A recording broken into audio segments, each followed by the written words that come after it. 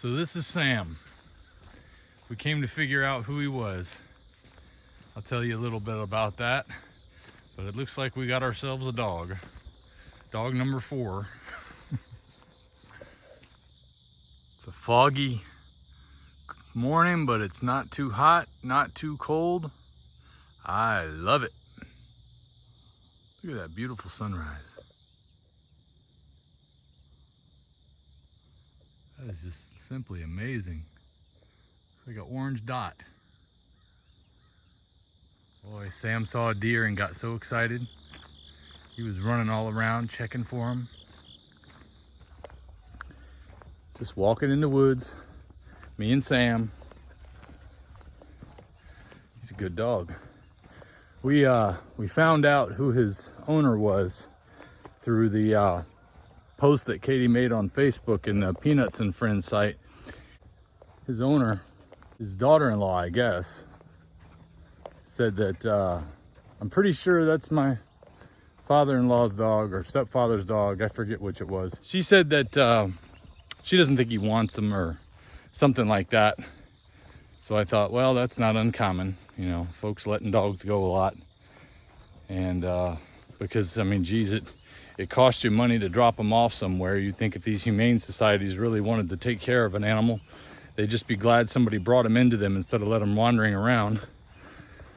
But usually you drop off an animal, it costs $80, $40, $50.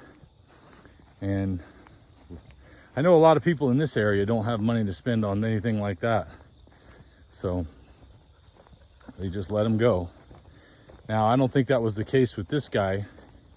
He might have got away from him, but I'm not worried about what happened.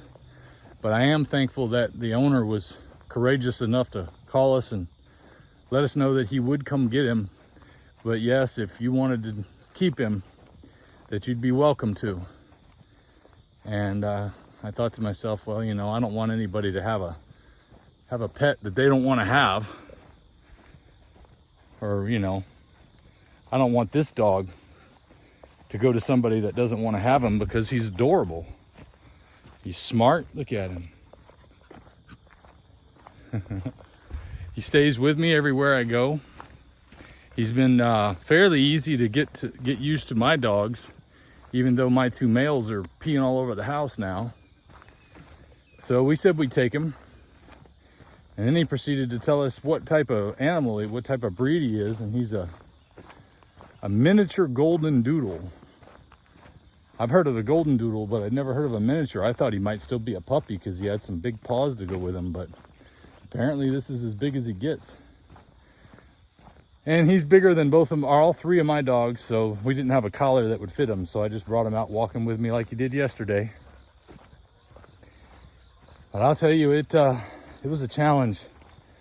This morning has been the biggest challenge to getting up and going, because I've been hurting, it seems like, more every day. And now I've gone a solid 48 hours plus without coffee. I'm hoping that what I'm feeling is maybe some kind of inflammation or whatever from taking in the coffee, because I have been so sore lately. I'm hoping it's that, because I don't want it to necessarily be all the work I've done, because I want to be able to feel like I can do that. But we'll see. We'll see how it plays out, because I still got a lot of work to do over the next coming days. But when I woke up this morning, my back was so sore. I woke up a little later, about 5:45, and I did not want to wake up. Normally, since I've been doing this diet, I pop out of bed ready to go. Just like the light went on. Same thing at night. When I go to bed at night, it's like just click the light off. That's when I'm asleep. I've never had that before this diet. I used to be a night owl. I'd stay up all hours. I stayed up late last night watching old 80s movies. Katie and I just kind of took the evening off after we got those videos out and got some things ready for the next 2 days. But I sat down and I watched, I think this might be a 90s movie, but and a lot of people probably hadn't even heard of it, called Noises Off, one of my favorite movies. And then I watched One Crazy Summer, and then we watched Spaceballs. So I was in the mood for some goofy humor last night. Just wanted to kind of not think about anything else going on right now. And it was a nice relaxing evening together. So I stayed up late and I paid for it this morning, but it's all right.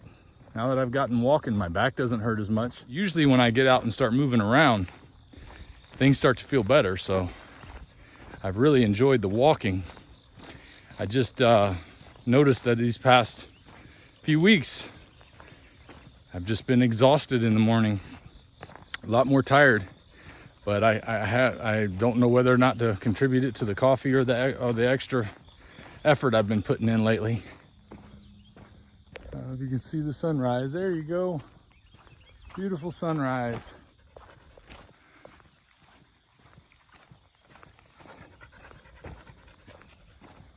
I wish I had more to tell you about this morning.